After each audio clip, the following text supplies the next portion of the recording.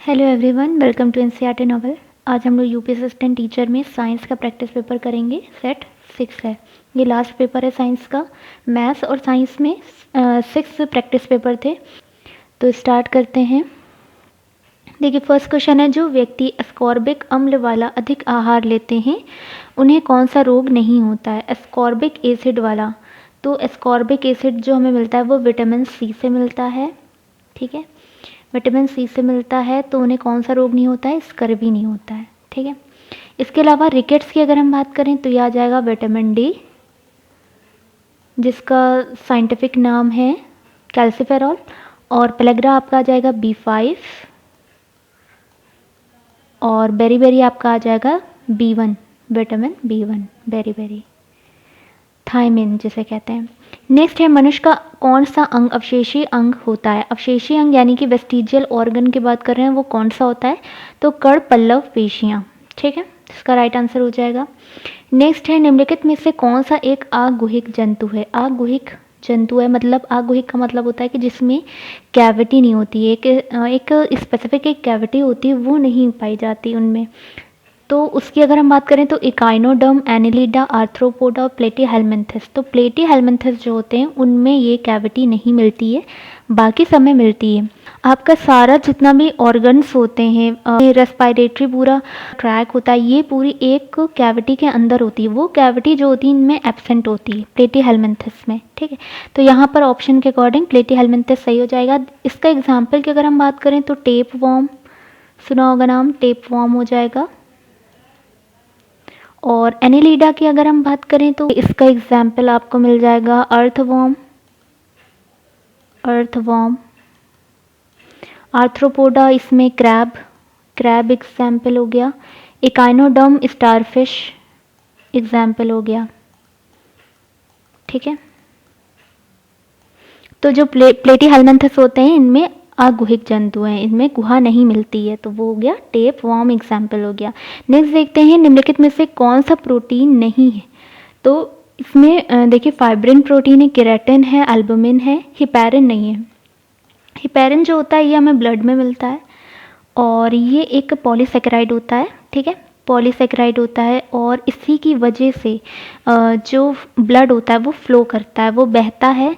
थक्का जो जमता है, ब्लड का थक्का जो बनता है, कोगुलेशन जो होता है, वो जमने से वो ये रोकता है। तो हिपैरिन जो होता है ये ब्लड को फ्लो करने में हेल्प करता है। ठीक है, तो दोनों चीज़ों को इस तरह से समझिएगा। नेक्स्ट है, वर्षा जल संग्रहण का मूल मंत्र है। वर्षा जल संग्रहण का मतलब मूल मंत्र ये है कि जल जहाँ गिरे वहीं एकत्र कर लें। ठीक है, सिंपल है। नेक्स्ट क्वेश्चन है, F और 2F के बीच रखी वस्तु का उत्तल लेंस द्वारा बना प्रतिबिंब होता है। देखिए, नेक्स्ट क्वेश्चन है, F और 2F के बीच रखी वस्तु का उत्तल लेंस द्वारा बना प्रतिबिंब। ठीक है, F और 2F, यहाँ पर क्या रखा है, एक ऑब्जेक्ट रखा है। ठीक है, ऑब्जेक्ट रखा है, और इसका प्रतिबिंब कहाँ पर बनेगा, इस तरह से कुछ बनेगा। ये क्या होगा, ऑब्जेक्ट से बड़ा होगा और उल्टा होगा। ठीक है, वास्तविक और उल्टा, ये ऑप्शन डी सही हो जाएगा। नेक्स्ट क्वेश्चन है, चुंबक अपने गुण को खो देते हैं अब जब उन्हें गर्म किया जाए, ऊंचाई से गिरने पर, हथौड़े से पीटने पर। तो ये तीनों ही ऑप्शन सही हैं। अगर उन्हें हथौड़े से पीटें तो भी, ऊंचाई से गिरे तब भी, और गर्म करने पर तब भी वो अपना गुण खो देते हैं। ठीक है, तो उपयुक्त सभी राइट हो जाएगा। नेक्स्ट क्वेश्चन है, पीतल बना होता है zinc, copper, zinc, tin, copper, aluminium, aluminium, tungsten. तो देखिए, पीतल और यानी कि ब्रास, ब्रास जो होता है ये जिंक और कॉपर से बना होता है। ठीक है, जिंक और कॉपर से बना होता है, और जब कॉपर के साथ टिन मिल जाता है तो वो बनाता है ब्रॉन्ज। ठीक है, तो इन दोनों में ज़्यादा कन्फ्यूज़न होता है, याद रखिएगा। ब्रॉन्ज जब कॉपर के साथ टिन मिल जाए, और पीतल यानी कि ब्रास जब कॉपर के साथ जिंक मिल जाए। अब नेक्स्ट देखते हैं, एक कण का सरल आवर्त गति में त्वरण होता है। एक कण का सरल आवर्त गति में त्वरण होता है मतलब कि सिंपल हार्मोनिक मोशन में एक्सेलरेशन होता है। हमेशा शून्य, हमेशा स्थिर, संतुलन अवस्था में उच्चतम, चरम अवस्था में अधिकतम। देखिए, हमेशा शून्य नहीं होता, हमेशा स्थिर नहीं हो सकता, संतुलन अवस्था में उच्चतम ये भी नहीं है, चरम अवस्था में अधिकतम ज़रूर होता है। जो जैसे मान लीजिए ये बॉल होती है, ये वाला जो एग्जाम्पल होता है, तो इसमें जब ये यहाँ पर चरम अवस्था में यानी कि अपने मैक्सिमम पॉइंट पे पहुँचता है ना, तो यहाँ पर इसका एक्सेलरेशन जो होता है, त्वरण, वो मैक्सिमम होता है। ठीक है, तो ये याद रखिएगा। नेक्स्ट क्वेश्चन है शरीर वर्धक भोजन होता है, मतलब कि जो शरीर को बनाता है उससे ऐसा भोजन क्या होता है, प्रोटीन युक्त।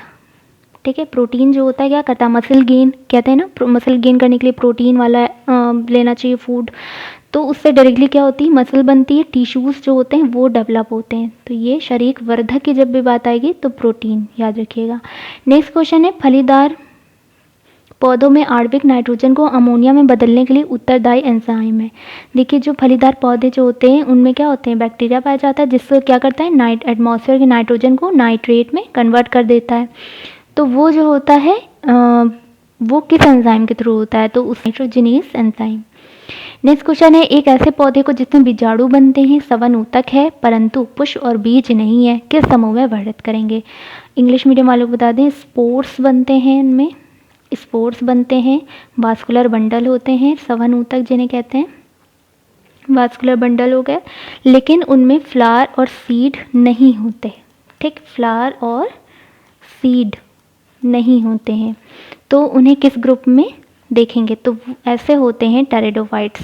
ठीक है, टेरिडोफाइटा जैसे एग्जाम्पल के हम बताते हैं, फर्न जो होता है, फर्न और एजोला, ये जो होते हैं ये टेरिडोफाइट्स कहलाते हैं। और इनमें क्या होता है कि फूल और बीज नहीं होते हैं, लेकिन इसमें बीजाणु बनते हैं और वास्कुलर बंडल्स भी होते हैं। अब आते हैं नेक्स्ट क्वेश्चन पे, एक अवतल लेंस से बनने वाला प्रतिबिंब होगा, क्या होगा, सदैव आभासी होगा। ठीक है, हमेशा क्या होगा, कभी रियल नहीं होगा, हमेशा क्या होगा, इमेजिनरी होगा। अब प्रैक्टिकली देखिए, अगर आपको ये चीज़ याद भी ना हो तो सोचिए, आँखों में जो मायोपिया होता है, जो हमें दूर का नहीं दिखाई देता है, तो वहाँ पे क्या करते हैं, जो हम लेंस लगाते हैं वो अवतल लेंस होता है, कॉनकेव लेंस होता है। तो वहाँ पे क्या होता है कि हमारे रेटिना में प्रॉब्लम होती है, इस वजह से ये चीज़ होती है। तो वो क्या करता है, वो फोकस जो है उसको डाइवर्जेंस की इसमें होती है प्रॉपर्टी, डाइवर्ज करने की, फैलाने की प्रॉपर्टी होती है। तो ये क्या करता है, पीछे लाकर उसको इस तरह से यहाँ पे रेटिना पे फोकस करता है, जिससे फिर हमें साफ दिखाई देने लगता है।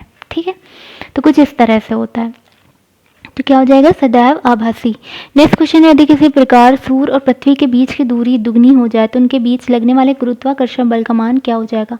देखिए गुरुत्वाकर्षण बल जो होता है सन और अर्थ के बीच, तो उसका फॉर्मूला क्या होता है, F=G(m1m2) अपॉन r², ये फॉर्मूला होता है।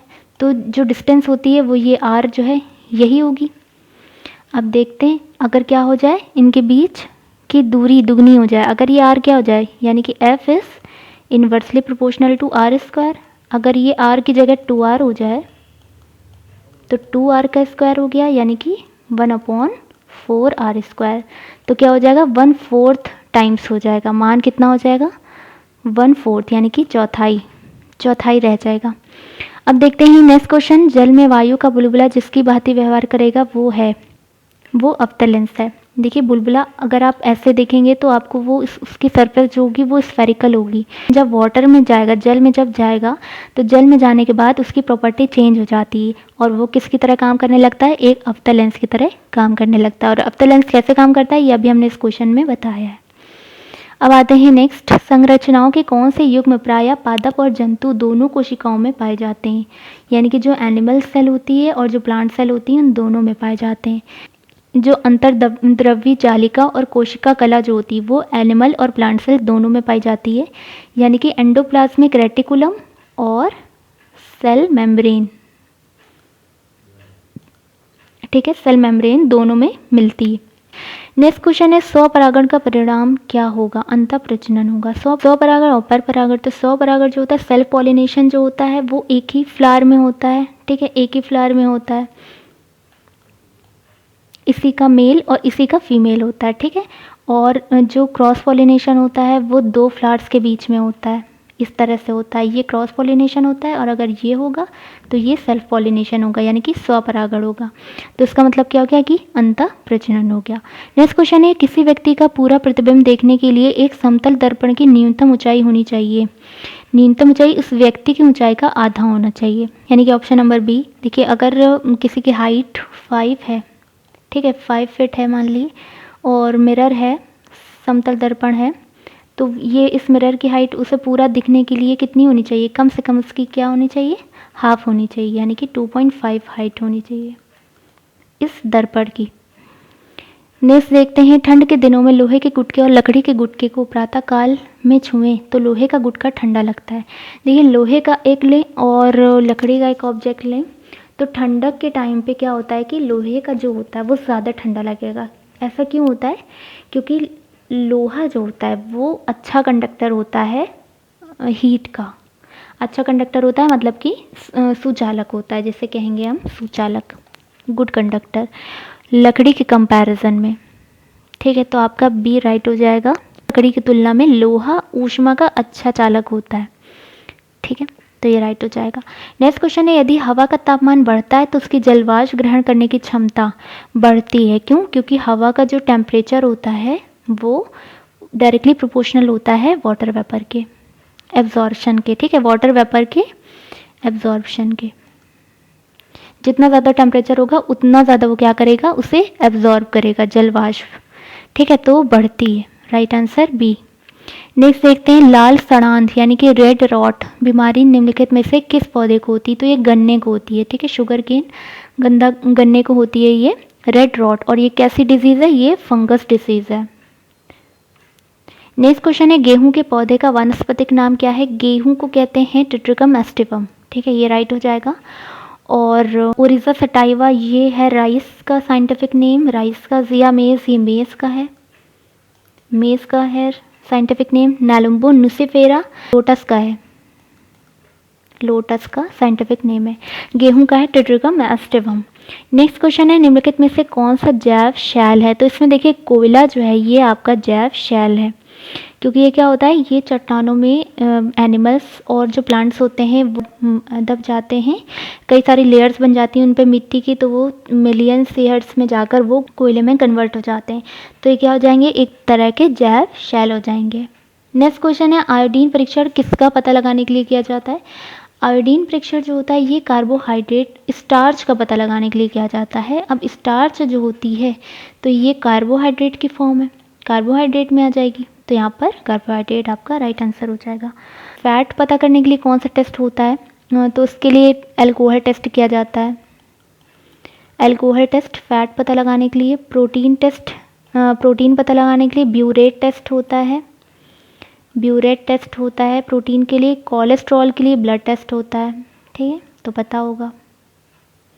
तो ये कुछ टेस्ट हैं जिनसे ये पता चलता है कि इनका अमाउंट कितना है।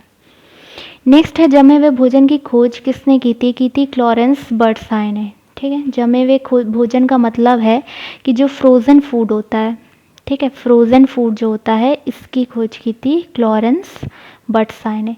नेक्स्ट है, पशु प्रोटीन को प्रथम श्रेणी का प्रोटीन माना जाता है क्योंकि ऑब्वियसली इसमें क्या होंगे, जो एसेंशियल अमीनो एसिड्स होते हैं जो अनिवार्य हैं हमारी बॉडी के लिए वो भरपूर अमाउंट में होते हैं, इसलिए अनिवार्य अमीनो एसिड से भरपूर होता है।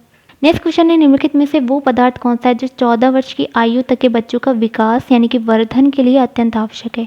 वो है प्रोटीन। अभी हमने बताया था कि डेवलपमेंट के लिए बच्चों का हो, चाहे नॉर्मली आप एडल्ट्स में देखिए अगर डेवलपमेंट मसल गेन ये सारी चीज़ें होती हैं तो उनमें प्रोटीन्स ज़रूरी होता है, प्रोटीन हो जाएगा राइट आंसर। नेक्स्ट क्वेश्चन है, मार्श गैस है, मीथेन है मार्श गैस CH4। नेक्स्ट है, जंग लगना एक प्रक्रिया है। जंग देखिए लगता है किस पे, लोहे पे। देखा होगा जो नमी के टाइम होते हैं, ठीक है, बरसात का मौसम होता है उस टाइम पे लोहे पे क्या होता है, वो जंग लगने लगता है। तो वो नमी जो होता है, लोहा क्या करता है, इस नमी को ये अपने में एब्जॉर्ब कर लेता है और जो एटमॉस्फेयर की ऑक्सीजन होती है उसके साथ रिएक्ट करके क्या बनाता है, आयरन ऑक्साइड बनाता है, Fe2O3 बना लेता है। और ये किस कलर का होता है, ये रेड कलर का होता है। तो क्या हो गया, ऑक्सीडेशन हो गया लोहे का आयरन का, ऑक्सीकरण अभिक्रिया। नेक्स्ट है, पेट्रोलियम का शुद्धिकरण किया जाता है। पेट्रोलियम का जो प्योरिफिकेशन किया जाता है, इसको प्योर किया जाता है, वो प्रभाजी आसवन के थ्रू किया जाता है, यानी कि फ्रैक्शनल डिस्टिलेशन। ठीक है, फ्रैक्शनल डिस्टिलेशन प्रभाजी आसवन के थ्रू। नेक्स्ट है, शुष्क बर्फ किसका ठोस रूप है? तो ये कार्बन डाइऑक्साइड का रूप है। ठीक है, ठीक है, ड्राई आइस कहते हैं, तो ये सॉलिड कार्बन डाइऑक्साइड का ये रूप है। भाप अंगार गैस किसका मिश्रण होती है? भाप अंगार गैस मतलब कि वाटर गैस की बात कर रहे हैं, और वाटर गैस जो होती है वो बनती है कार्बन मोनोऑक्साइड और हाइड्रोजन के कॉम्बिनेशन से। कार्बन मोनोऑक्साइड यानी कि CO और H2 मिलकर बनाते हैं वाटर गैस। और इसी तरह से पूछी जाती है प्रोड्यूसर गैस। तो प्रोड्यूसर गैस जो होती है वो बनती है कार्बन मोनोऑक्साइड और नाइट्रोजन के मिलने से N2। ठीक है, तो ये ध्यान रखिएगा। नेक्स्ट क्वेश्चन है जल गैस किसका संयोजन है, फिर से वही पूछा है, तो CO और H2 का। Option number C is right. Next है मरकरी है। मरकरी क्या है, द्रव धातु है। ठीक है, ये क्या है, द्रव धातु। और द्रव अधातु क्या है, ब्रोमीन। ठीक है, ब्रोमीन। और ये क्या है, मेटल है। मरकरी क्या होती है, मेटल होती है, Hg, पारा जिसे कहते हैं, पारा। और ये क्या होता है, लिक्विड फॉर्म में होता है रूम टेम्परेचर पे, और ये मेटल होता है। ब्रोमीन क्या होती है, ये नॉन मेटल है और ये लिक्विड फॉर्म में होती है रूम टेम्परेचर पे। नेक्स्ट है दूध को दही में स्कंदित करने वाला एंजाइम है, कौन सा है, रेनिन। रेनिन क्या करता है, दूध को दही में कन्वर्ट कर देता है। पेप्सिन का क्या काम होता है, पेप्सिन प्रोटीन को किस में कन्वर्ट करता है, प्रोटीन को कन्वर्ट करता है पेप्टाइड्स और एमिनो एसिड्स। ठीक है, पेप्सिन एंजाइम। और रेनिन क्या करता है, दूध को दही में। नेक्स्ट है वायुमंडल की सापेक्ष आर्द्रता नापी जाती है, जो रिलेटिव ह्यूमिडिटी होती है। रिलेटिव ह्यूमिडिटी जो होती है, सापेक्ष आर्द्रता, वो एटमॉस्फेयर की नापी जाती है हाइग्रोमीटर से। ठीक है, याद रखिएगा, हाइड्रो नहीं हाइग्रो है। हाइग्रोमीटर से सापेक्ष आर्द्रता नापी जाती है। और हाइड्रोमीटर से क्या होता है, किसी भी लिक्विड या फिर वाटर की डेंसिटी नापी जाती है। ठीक है, किसी भी लिक्विड या वाटर की डेंसिटी मेजर की जाती है हाइड्रोमीटर से। हाइड्रो मतलब क्या होता है, वाटर होता है। हाइग्रो, हाइग्रोमीटर से रिलेटिव ह्यूमिडिटी यानी कि सापेक्ष आर्द्रता। लैक्टोमीटर से क्या होता है, दूध का प्योरिफिकेशन चेक किया जाता है लैक्टोमीटर से। पोटेंशियोमीटर से क्या होता है, पोटेंशियल डिफरेंस जो है वो मेजर किया जाता है। पोटेंशियल डिफरेंस यानी कि विभवांतर जो होता है वो। नेक्स्ट है मानव आँख दृश्य प्रकाश जिस तरंग दैर्घ्य के लिए सर्वाधिक सुग्राही होता है, सबसे बेहतर जो होता है, सबसे ज़्यादा बेहतर वो तरंग दैर्घ्य कौन सी होती है, तो ये 5500 एंगस्ट्रॉम होती है। नेक्स्ट है पोटाश फिटकरी यानी कि पोटाश एलम का सूत्र क्या होता है, तो इसका सूत्र होता है K2SO4 Al2SO4 का whole thrice dot 24 H2O। Next है निम्नलिखित में से किस प्रक्रिया में बैक्टीरिया जीवाणु का उपयोग नहीं होता है। ठीक है, इनका यूज़ नहीं होता है। दही बनने में होता है, डबल रोटी पकने में नहीं होता है, गन्ने के रस के किण्वन में होता है, नाइट्रोजन के स्थिरीकरण में। देखिए नाइट्रोजन का स्थिरीकरण हमें एकदम क्लियर पता है हम लोगों को, किस तरह से नाइट्रोजन फिक्सेशन होता है, वो किसकी वजह से होता है, बैक्टीरिया की वजह से होता है। गन्ने के रस का जो फर्मेंटेशन प्रोसेस होती है, फर्मेंटेशन, वो भी क्या होता है, बैक्टीरिया की वजह से होता है। दही में भी क्या हो जाता है, बैक्टीरिया बनने से होता है। ठीक है, तो ये सारी चीज़ें, डबल रोटी पकने में इसका कोई यूज़ नहीं होता। नेक्स्ट है निम्नलिखित में से कौन सा अन्य से भिन्न है, कौन ऑड है इसमें, तो वनोन्मूलन, मरुस्थलीकरण, अपरदन, संरक्षण। अब देखिए वनोन्मूलन यानी कि उनका क्या होना, हटना, खत्म होना, मरुस्थलीकरण, इनमें ये भी निगेटिव है। यहाँ पर क्या करेंगे, नेचर देख लेंगे, निगेटिव नेचर है। मरुस्थलीकरण में क्या होता है, उसमें भी पेड़ नहीं होते हैं, क्या हो गया, निगेटिव नेचर। अपरदन, उसमें भी नहीं, यानी कि निगेटिव नेचर। संरक्षण क्या है, यानी कि किसी चीज़ को बचाना, उसको प्रोटेक्ट करना, ये हमारा हो गया पॉजिटिव नेचर का, यही हमारा ऑड हो जाएगा इन सबसे अलग। नेक्स्ट क्वेश्चन है कोई बस अपनी यात्रा के पहले 12 मिनट 50 किलोमीटर पर आवर की चाल से अगले 18 मिनट्स 40 किलोमीटर पर आवर की चाल से चलती है, समय की अवधि में बस कुल कितनी दूरी तय करती, तो देख लेते हैं। देखिए इसमें हमें क्या होता है, टाइम पता है, स्पीड पता है, डिस्टेंस निकाल लेते हैं। डिस्टेंस निकालने के लिए क्या करेंगे, 12 इंटू, अब देखिए यहाँ पर किलोमीटर में आंसर है तो हमें यहाँ किलोमीटर तो मिल रहा है, लेकिन यहाँ पे मिनट और यहाँ पे घंटा मिल रहा है, तो हम क्या करेंगे, इसको कन्वर्ट कर लेंगे। तो इसको हम क्या करेंगे, 50 अपॉन पर घंटा है ना, पर घंटा, तो यहाँ पर नीचे क्या हो जाएगा, डिवाइड कर देंगे 60 से, तो ये 12 5 द 60 और ये 5 50 10 आ जाएगा, तो आपकी D1 आ गई 10। इसी तरह D2 निकाल लेंगे, फिर उसको क्या कर देंगे, ऐड कर देंगे। 18 मिनट्स इंटू स्पीड कितनी दी है, 40 डिवाइडेड बाई 60। अब यहाँ पर क्या होगा, ये 18 है, सॉरी, यहाँ पर क्या होगा, 6 3 द 18 और 3 4 द 12। अब D1 प्लस D2 यानी कि टोटल D कितनी आ गई आपकी, 22। Right answer 22 kilometres. नेक्स्ट है निम्नलिखित में से गलत कथन पहचानिए। पृथ्वी की अपने अक्ष पर गति आवर्ती गति है, पीरियोडिक मोशन है, सही है। प्रकाश की गति सरल रेखी गति है, सिंपल लीनियर मोशन है, प्रकाश की गति भी सही है। सितार की कर्षित तार की गति दोलन गति है, ऑसिलेटरी मोशन है, ये भी सही है। सभी आवर्ती गतियां वर्तुल या वृत्ताकार गतियां होती हैं, ये रॉन्ग है, गलत बताना था। क्योंकि देखिए जो आपकी ये पीरियोडिक मोशन जो होते हैं ये ज़रूरी नहीं कि हमेशा सर्कुलर हों, यानी कि वृत्ताकार हों, ज़रूरी नहीं, ऐसे भी हो सकते हैं। जैसे कि एक बॉल को इस तरह से आप करेंगे तो पीरियोडिक मोशन लीनियर भी हो सकते हैं। तो यहाँ पर इन्होंने क्या कहा है, सभी पीरियोडिक मोशन क्या होंगे, वृत्ताकार, तो ये रॉन्ग हो जाएगा। नेक्स्ट, जब टीवी का स्विच ऑन किया जाता है तो श्रव और दृश्य दोनों को एक साथ शुरू होते हैं। देखिए श्रव का मतलब होता है ऑडियो, दृश्य का मतलब होता है वीडियो जो हमें दिखाई देता है, दोनों एक साथ शुरू होते हैं। श्रव तुरंत सुनाई देता है लेकिन दृश्य बाद में दिखाई देता है, क्योंकि दृश्य को कुछ अभ्यास समय चाहिए। दृश्य तुरंत प्रारंभ हो जाता है लेकिन श्रव बाद में सुनाई देता है, क्योंकि ध्वनि प्रकाश की अपेक्षा कम वेग से चलती है। ये टीवी के ब्रांड पे डिपेंड करता है। देखिए श्रव और दृश्य दोनों एक साथ दिखाई देते हैं टीवी का स्विच ऑन करते ही, ठीक है, यानी कि ऑडियो और वीडियो ये हमें एक साथ दिखाई और सुनाई पड़ते हैं।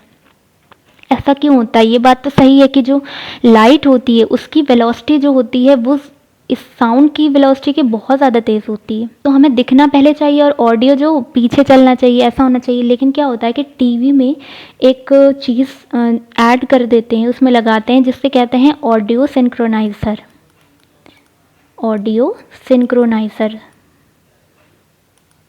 ठीक है। तो ये क्या करता है, इस वीडियो के साथ सिंक्रोनाइज होके क्या होता है, वो एक साथ हमें दिखाई देता है। तो ऑडियो सिंक्रोनाइज़र इसमें लगा देते हैं, जिसकी वजह से ऑडियो वीडियो हमें एक साथ दिखाई देता है। नेक्स्ट है, एक रेडियो स्टेशन से 30 मीटर बैंड पर प्रसारण प्राप्त होता है। इस स्टेशन द्वारा प्रेषित वाहक तरंगों की आवृत्ति है। तो ये देखिए हमें यहाँ पर जो ये वाला फॉर्मूला होता है V=n लैम्डा, इससे निकाल सकते हैं। आवृत्ति पूछी है n और ये लैम्डा दी है, और v हमें पता है, c बोलें चाहे v बोलें, यहाँ पर c क्या होगा 3 × 10⁸ और n निकालना है, लैम्डा कितना है 30, तो ये हो जाएगा आपका, ये कट कर यहाँ पे नीचे 10, ये ऊपर गया -1 यानी कि 10⁷7, 10⁷7 का मतलब है मेगा हर्ट्स, ठीक है। m याद रखिएगा 10 मेगा हर्ट्स, 1 हर्ट्स जो होता है 1 हर्ट्स वो इक्वल होता है 10⁶ मेगा हर्ट्स के। तो यहाँ पर क्या हो जाएगा 10 मेगा हर्ट्स हो जाएगा, ठीक है। नेक्स्ट क्वेश्चन है, ऊंचाइयों की जगह पर पानी 100 सेंटीग्रेड के नीचे के तापमान पर क्यों उबलता है, ठीक है। 100 के नीचे ऐसे बॉइलिंग पॉइंट जो होता है वाटर का, जहाँ पर वो पानी उबलने लगता है, वो 100 होता है। लेकिन जो ऊंचाई की जगह होते हैं, जैसे हिली एरियाज होते हैं, वहाँ पे 100 के पहले ही उबलने लगता है। ऐसा क्यों होता है, क्योंकि वहाँ पे एटमॉस्फेरिक प्रेशर बहुत कम होता है। एटमॉस्फेरिक प्रेशर जो होता है कम होता है, इसकी वजह से जो उसका बॉइलिंग पॉइंट होता है वो कम हो जाता है, ठीक है। बॉइलिंग पॉइंट कम हो जाता है तो वो इतने टेम्परेचर से पहले ही उबलने लगता है, तो वो नीचे आ जाता है। तो आपका राइट आंसर क्या हो जाएगा, ए हो जाएगा, क्योंकि वायुमंडलीय दबाव कम हो जाता है, अतः उबलने का बिंदु नीचे आ जाता है। नेक्स्ट है, निम्न में से कौन सा तत्व सर्वाधिक विद्युत ऋणात्मक है। देखिए सर्वाधिक विद्युत ऋणात्मक है मतलब कि सबसे ज़्यादा इलेक्ट्रोनेगेटिव है नेचर में, कौन सा एलिमेंट है, तो वो फ्लोरीन है, ठीक है, फ्लोरीन है। और अगर पूछा जाए सबसे ज़्यादा विद्युत धनात्मक है, यानी कि सबसे ज़्यादा इलेक्ट्रो पॉजिटिव है, तो वो आपका होता है फ्रेंशियम, इसे भी याद रखिएगा, फ्रेंशियम। और सबसे ज़्यादा नेगेटिव इलेक्ट्रोनेगेटिव कौन होता है, फ्लोरीन। दोनों क्या हैं, एफ से हैं, फ्रेंशियम और फ्लोरीन। नेक्स्ट, अमोनिया का एक गुण कौन सा है, ये जल में अविलेय होता है, ये गंध रहित है, पीत गैस होती है, इसके जलीय विलयन में लाल लिटमस नीला हो जाता है। देखिए ये क्या होता है, इसमें देखिए कलरलेस होता है और स्मेल होती है, इसमें ऑर्डर होती है, इसकी ऑर्डर, और बेसिक नेचर का होता है, क्षारीय नेचर का होता है, ठीक है, क्षारीय होता है। जो अमोनियम वाटर के साथ यूज़ किया जाता है तो ये क्या बन जाता है, अमोनियम हाइड्रोक्साइड, ठीक है।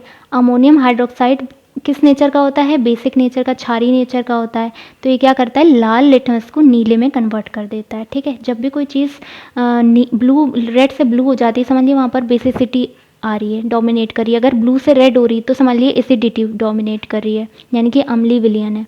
तो ये चीज़ ध्यान रखिएगा। नेक्स्ट क्वेश्चन, तो ये इसका राइट आंसर हो जाएगा। नेक्स्ट क्वेश्चन है K4NiCN का 4 ब्रैकेट है में निकल की ऑक्सीकरण संख्या, ऑक्सीडेशन नंबर पूछा है निकल का। तो अब देख लेते हैं। देखिए पोटेशियम जो होता है यानी कि K जो होता है इसके ऊपर हमेशा क्या होता है, +1 होता है चार्ज, ठीक है। और आपका जो ये, इसको यहाँ पर बड़ा बड़ा लिख देते हैं, हो सकता हो दिखाई ना दे, SN4। अब देखिए SN जो होता है यानी कि साइनाइड जो होता है वो हमेशा क्या लेता है, -1 चार्ज लेता है, -1 चार्ज लेता है। तो अब देखिए ये जो है ये इसको ये पोटेशियम जो है इसको बैलेंस करना चाहिए। अगर ये +4 हो रहा है तो ये पूरा क्या मिलकर होना चाहिए, -4 होना चाहिए। अब देखिए जब, क्योंकि साइनाइड क्या होता है -1 होता है, यानी कि ये क्या हो गया, 4 है इसके मॉलिक्यूल, -4 तो यही हो गया। तो निकल क्या होगा, निकल का ऑक्सीडेशन नंबर 0 होगा। तो यहाँ पर 0 इसका राइट आंसर हो जाएगा। नेक्स्ट क्वेश्चन देखते हैं, पीतल में क्या होता है। बताया था कॉपर और जिंक होता है, ठीक है। और तांबा और टिन क्या होता है, ब्रॉन्ज होता है। नेक्स्ट देखते हैं, तरल अवस्था में पाई जाने वाली अधातु है, यानी कि लिक्विड स्टेट में नॉन मेटल, अभी हमने बताया था ब्रोमीन, ठीक है। नॉन मेटल का जब भी लेंगे लिक्विड स्टेट में तो वो ब्रोमीन होगी, और अगर लिक्विड स्टेट में मेटल का जिक्र होगा तो वहाँ पर कौन आएगी, पारा आएगी, यानी कि मरकरी आ जाएगी, ठीक है। तो इसे ध्यान रखिएगा। यहाँ पे हमारे सारे क्वेश्चन फिनिश हो जाते हैं, और ये हमारा साइंस का लास्ट पेपर था। ये साइंस के सारे प्रैक्टिस पेपर की PDF हम टेलीग्राम पे सेंड कर देंगे, और टिक करके आंसर को, ताकि इसको लास्ट टाइम पे रिवीजन करने में आसानी रहे, ठीक है। इसमें इतने ही प्रैक्टिस पेपर थे, ये लास्ट पेपर था। Thank you so much.